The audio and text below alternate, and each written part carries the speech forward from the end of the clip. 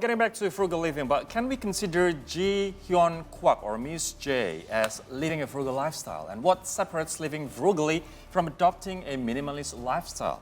To find out the answer, we are now connected with certified financial planner Metta Anggriani. So good afternoon, Metta. How are you doing? Hello, good afternoon. I'm good, thanks. How are you guys? We're very good, Metta. So first of all, can you explain what frugal living is and what is the goal of adopting such lifestyle? An apartment like Miss J or what? Well, yeah, normally frugal living is a way to achieve a financial independence, yeah? So I mean, so you set goals so you can retire early. Basically, those are the goals, right? So it means that you have to focus on what is important, and then you save, you spend only on what is important, and the others is you have to save it. So the idea is like when you save more, you can retire early, right? So the number of the maximum the maximum your savings, so the time to retirement is going to be shorter. Yep. So again, you focus on what is important, and then you're being economical on that. Being economical means that you only spend on, you look at the value of the things that you buy, and you buy the things that needed and important. It's not about that you don't buy things, or maybe you just buy things for the cheapest one. Metta. It's not about that, but you look at the value. But can you still enjoy life by adopting frugal living, like what we saw on Miss J? She doesn't buy like mineral water.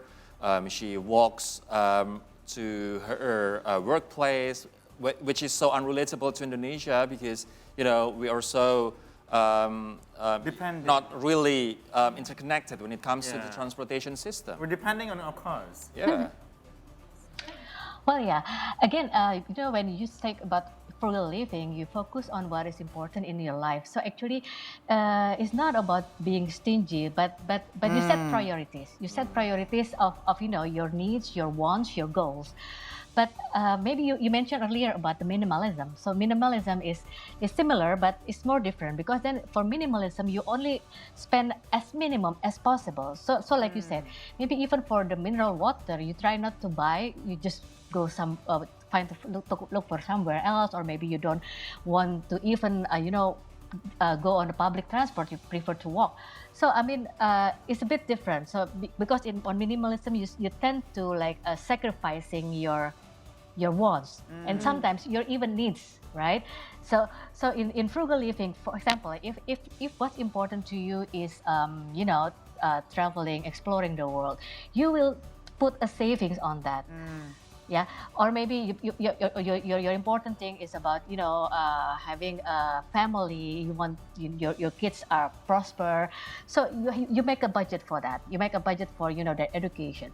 So frugal living is actually setting priorities, but minimalism more on the being as minimum as possible on your needs, not your wants. Well, that's certainly really interesting because we were just talking about our social costs daily, right? It's not just the teenagers of today, but it's also us right here in our 30s enjoying our coffees and perhaps buying branded items because the difference is perhaps young people or we who have the buying power to do that, we do that because perhaps it's a reward for us, right? Yeah, it's a reward. It's a reward for our hard work. But do you think we should change that?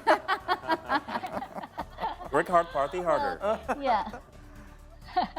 Well, yeah, self-reward is important, but I think frugal living is also about self-care because then you know what is important for your life. You decide your objectives, you set your goals, but then you focus not only for the now, not only for the present, but you look further because the idea is to enjoy life even more on the later days, right? So you want to retire early. So that's why, again, like you said, maybe you buy a good coffee or buy a branded bags. It will be good for you now, but you want to maintain it so you can still doing it on the later years, right? So that's why even if you buy one thing that is maybe expensive for you, but maybe that one thing will make you happy, and that one thing can last for quite long. So the value of the goods is also the long lasting itself, and then maybe maybe then later on you can buy another thing. So it's about balancing between your current needs and your future needs, right? Okay, so it's about setting the priorities. But those examples that I've encountered this past couple of months, because trust me, I've been doing my research on frugal living, minimalism, and stuff like that. And I've seen those people practicing frugal living. They're actually on their own. They're singles. But is it really adaptable for people with families and so on and so forth? Because you know, it's easy to manage your own self if you want to become frugal when it comes to all those financial goals. But what if you are with a family, one kid, let's say? Yeah. It's true that managing finances for one person is much easier than comparing to the family. But again, the concept of frugal living is actually important, and actually it is applicable for all situations, you know, and for all life stages as well. So I think it is even more important for a family, because then you have to manage your life. You know, you have to ensure that your life you can support, you know, for your kids. And you know, maybe even for the sandwich generation, they support their parents as well. So you have to maintain those even more. So you have to be even more frugal, right?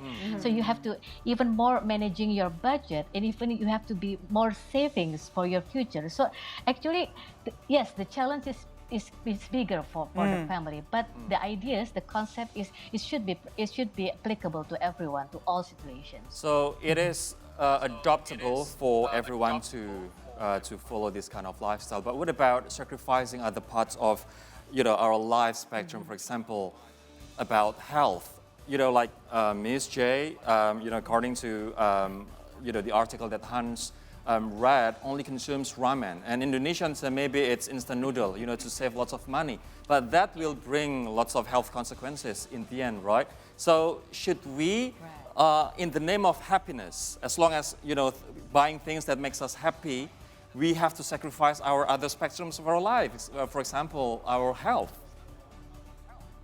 Well, I think that is not is not wise, yeah, to sacrifice your health. I mean, of course, if you say you sacrifice your enjoyment, your happiness, it's something that is you know, manageable. But you know, the idea of frugal living itself, again, you want to enjoy life further, right? So I mean, like for example, well, I mentioned earlier, but we have to calculate as well the health expense, you know, your insurance expense, you know, your diet expense, maybe your that should be included to your budget.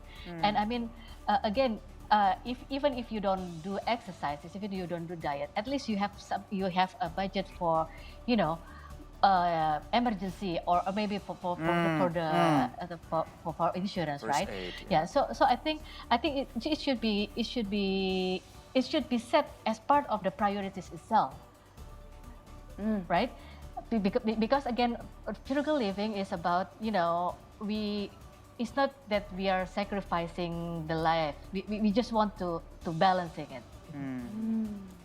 So you're basically prioritizing. So how do we allocate budget for a frugal lifestyle, to make our priorities happen? What factors do we have to put into consideration apart from our first priorities first?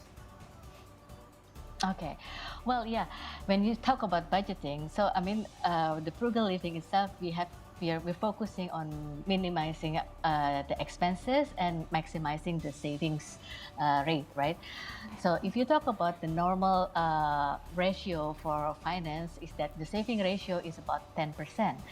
But being frugal means that you want to have more than 10% for your savings, because again, if you save more, you can retire earlier, right?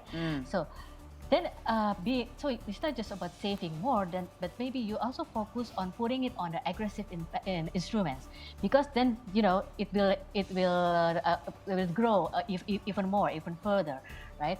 So sometimes people can be more extreme. Like for example, if you spend like 50% of your income, means that your 1 year work you can save for 1 year expense, right? Yeah. 1 year retirement expense, Yeah, right? yeah. So being frugal, it could be that extreme, or even for someone that is being more frugal, they can be more than 50%. So for example, if you save for 50%, so if you think I want to save for 10 years, then maybe I don't have to work for another 10 years, right? No, that's So again, we're focusing on first minimizing the expense, maximizing the savings, and putting it on the aggressive instruments, and then you can focus on maximizing the returns. Then your savings, you can have the passive income from your savings, so that passive income will help you for your living expenses while your retirement. So that's basically the how to calculate your budget. But then again, of course, everyone it will be a challenge to save, right? So that's why in the normal financial ratio, I think if you can being consistent on saving like 10% a month, that will be great. Start from that, and then after a while, if you have the habit for savings, you know what's important and not important, and you can manage the budget better. So again, I think in managing budget is about you need more practice on that, right? So it's not something that is instant. So the core destination of this kind of economy, financial living, financial lifestyle, frugal living, is actually your way on retiring early. But how much do actually we need to retire early? Like in terms of, I don't know, probably numbers, when it comes to the savings and all? Well, if you ask about how much you need for your pension fund, for example, right? I think it's always a debate for that, because if we work, we are deducted our salary for the BPJS or pension fund, but that's on the amount that we are we're capable of saving, but we don't really calculate how much is actually the retirement needs, right? Like, so for example, if right now my income is, for example, my expense may be like 5 or 10 million rupiah. So maybe when I retire, I would like to maintain that for my retirement as well, right? How much will I decrease my expense? So it's always like, it will be customizable for everyone. But there is a rule that for calculating the pension fund, there is a 4% rule. So it's about you have to save for about 25 times of your annual living expense so you can retire. Wait. Annual That's living. that's 25 times of annual living life. annual. Yeah, that's the 4% rules is about. I think that's the most easier way to calculate. But of course, the amount will be extravagant, very fantastic, right? So I think you have to start anywhere. Like, I mean, if you're capable of saving 10% or maybe more than 10% per month for your pension saving, I think you can start from that. So the idea of frugal living is that either you're being frugal now when preparing your retirement, or you're being frugal later. You save whatever you can, and then when you're retired, you have to adjusting your lifestyles and lowering your expense, or maybe you can support yourself. Being hybrid, you can still doing some paid work, but it's for your enjoyment. Right? Yeah. So it's sooner or later being frugal or getting rich. Well, So now or being frugal later, right? Yep. Oh yeah. I mean, it's very interesting. The new perspective would be we can party a lot harder later. Hard work now. Well, thank you, Metta, for the insights. As always, it's a pleasure to have you here with us on See Today, and hope to see you soon. Stay safe.